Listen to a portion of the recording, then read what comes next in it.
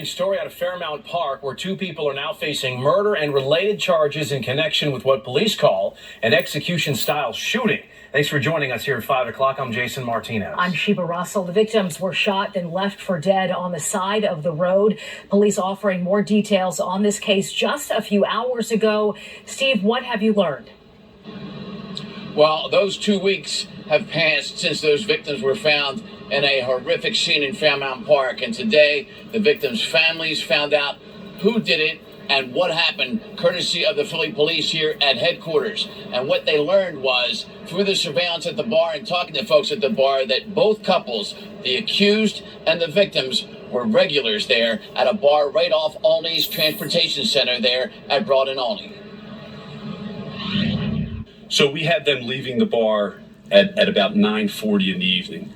We then we pick up the Kia Sportage that Miss Johnson owns in the 3800 block of Mount Pleasant about 20 minutes later. And that is where the bodies of 48-year-old Thurston Cooper and 39-year-old Christina Chambers were found side by side, shot to death execution style in a gully off the road of Mount Pleasant Drive here in Fairmount Park on February 29th.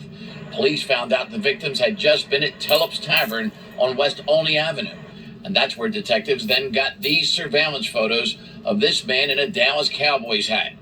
Once put out to the public, the next day, 52-year-old Lamar Young saw himself in these photos and turned himself in. And then, within minutes of that, I was on North Broad Street with the Philadelphia Police Highway Patrol when they stopped Young's acquaintance, 56-year-old Dale Johnson, driving the red Kia Sportage detectives found out was used in the murders.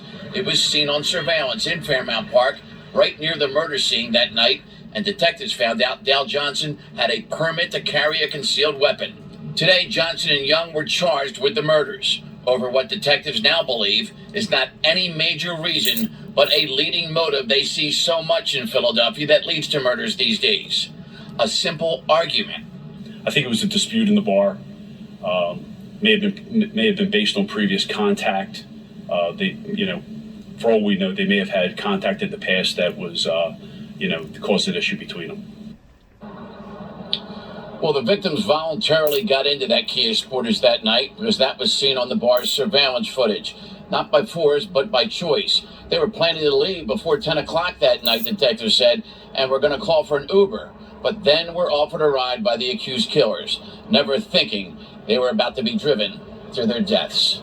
Jason, Sheba? Just still